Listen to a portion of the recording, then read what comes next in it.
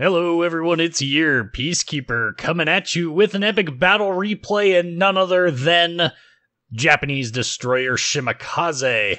We are on the map Trap, and obviously it's a tier 10 fight because Shimakaze is a tier 10 destroyer.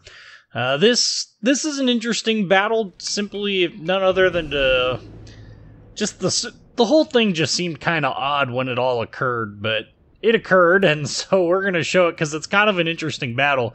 This is not from, believe it or not, this is not from one of my my live streams, although there have been a number of pretty decent battles that I've had in Shimakaze in my live streams. If you haven't seen those, they are archived and they are stored, and you can watch them if you want, but this is an actual battle that I did, not on the live stream, so... Okay, so we are on the north side of the map, and on Trap, this usually is, well, a trap. So, generally speaking, would not recommend going there. In fact, I had plans of basically coming into the C cap, turning to the south, and as soon as somebody else started capping it, just dumping torpedoes and running to B to help the rest of our team, but things don't always work out as planned, so, as they say... No plan survives first contact with the enemy. Am I building up hype yet? Maybe I will, maybe I won't, right? So, as I've talked about before, there are a number of things that you really need to keep in mind when you're playing Shimakaze and any Japanese destroyer, and that's, number one, your guns are not useless.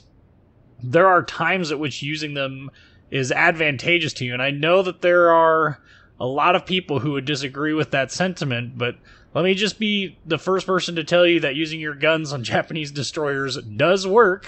There is a tactical reason to do so, even if you're not doing the world's most damage with them.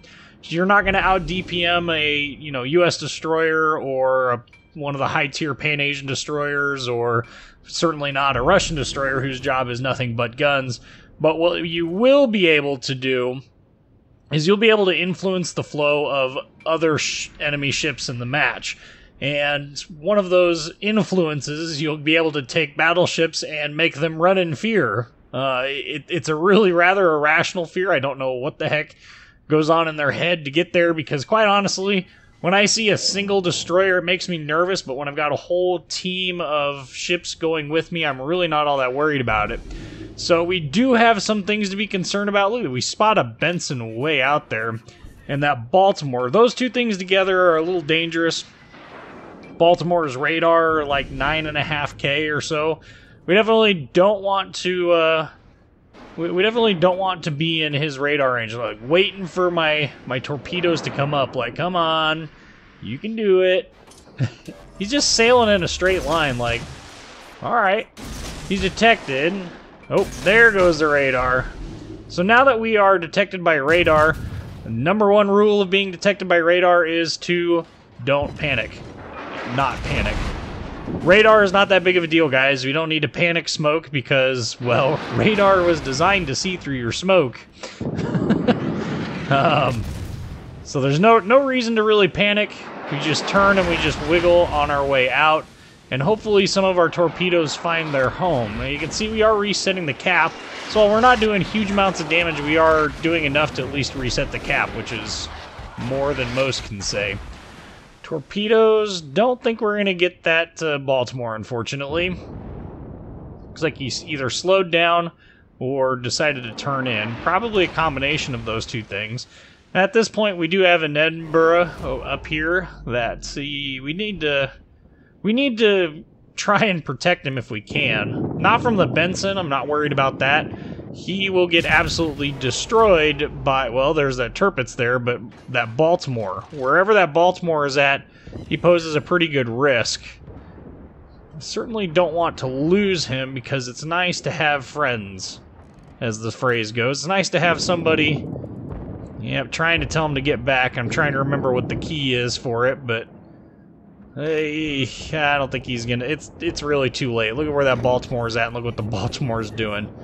Well, we got a Tirpitz up there. This Edinburgh just we're kind of trying to work our way up there to try and maybe lay some smoke, but he's making it what I would call a death turn. Well, no, he's actually sailing completely broadside at this point. Well, fine. We'll loop back through the cap here and see if we can't at least lay down some torpedoes, get this Tirpitz out of this fight if we can. You can see me slam on the brakes there because of that Benson. I didn't want to jump into the detection range for my ship. We're about to lose that Edinburgh, so I'm really not all that worried about him. We're gonna launch those, and then we're gonna... maybe we'll get lucky and get a good set off on them. Get lucky with it. And we're gonna conveniently sneak behind this island here. Now, at this point, the only ships that have seen me are the Baltimore and the Benson. Neither one of the other ships have seen me. This Tirpitz doesn't know I'm here, but that looks like he's sure gonna feel it. Yeah, he's definitely feeling that one. Looks like we're gonna get 2. No lucky detonation, but we do get a flood on him. 40,000 damage. Nope. Right. When you take half the hit point pool of a battleship, that constitutes RIP. I'm sorry. I really thought that had the circumstances been slightly different, there's actually a really good possibility that he would not have been able to recover from that and would have ended up flooding. But we're going to try and get a fire on him here before he ducks behind the island, because any fire that sticks here is going to be permanent. It would be nice to get that fire, but again, key to being spotted and using your gun. There's our fire. So we got our fire. The key to using your guns and when you're being detected is, again, kind of like when you are using your guns, you know, otherwise, when you're being radared, don't panic. And the reason we don't panic is because it's really not that big of a deal. Okay, so we got 2 fires on the Tirpitz and down he goes. So it's really not that big of a deal to be spotted. Like, a lot of people freak out about being spotted. All you need to remember is that you have those A and D keys to get the majority of the evasion down, and then you also have the W and S keys. And this is blasphemy to some people, but to the experienced Japanese destroyer captain, it's like the most critical 4 keys that you could possibly ever have. At this point, this match is not really ending up looking so hot. In fact, I accidentally clicked there on the screen, and I don't remember why. I think I clicked off or something, but it gave away my position for these destroyers over here, which is not what I wanted to do. The reason I didn't want to do that is because I was hoping that if they smoked up, I'd be able to dump torpedoes into it and take them both out. However, we have to be very, very careful about how we approach this, because right now we do have Benson off in the distance. We've got our own Shimakaze here who is sailing straight at him in a very suicidal fashion. I don't know why he's doing that. Homeboy, get back. That's all you really need to do is get back. We are up to 51,679 damage, trying to get some hits on this Benson to try and save our Shimakaze. Okay, so he's finally stealthed up, so that's good. Okay, continuing to engage, we're going to get the cap. So there's our cap for this. Finally, it's only taken us 8 minutes into this match in order to get into it. 7.5 minutes into this to get it. Still doing very little damage at long range, but we're having a better time of it than the Benson is. So at this point, we need to really kind of stealth up. We're going to lay a healthy smoke screen here for our team, because you can see they've killed 4 of our ships to us having killed only 1. By the way, that 1 kill is mine. So my goal here is to lay as big of a smoke screen as I can, and that should provide at least some cover. Down goes the Benson, that's good. This should provide some level of cover for our fleet to actually maneuver and engage if we can, which is what I'm looking for. Now, we've got options here. So we've got lots and lots and lots of targets. And, well, how do we want to play this? Well, for one, we don't want to get killed going past the Grosser Curve first. I know that there's destroyers somewhere in that mess over there, so we definitely want to deal with that if we can. But we've got Chapayev, a Hipper, a Baltimore, Conqueror, a Zumo. Those guys are coming. Plus 2 destroyers. There's nobody has any... Well, there's the Yoyang. Nobody has any idea where the other destroyer is at. So hopefully we can get far enough behind these islands here to start engaging this Yoyang. Now, one other thing we need to pay attention to is the fact that there is an Amagi down south of us here, south and west of us, so we got to be careful with that. Torpedoes finally finding their way in. We gonna get anything? We gonna get anything? Come on. 1, 2 hits on the oop, Baltimore, maybe? Who else are we gonna get? Oh! So we got the Baltimore and the Hipper in a double strike. 2 dev strikes, too, nonetheless. Well, 1 dev strike, and then the other one, he must have just been barely enough under it. So we got ourselves a double strike and a dev strike, and at this point, our team is melting like chocolate. It's not a good sign.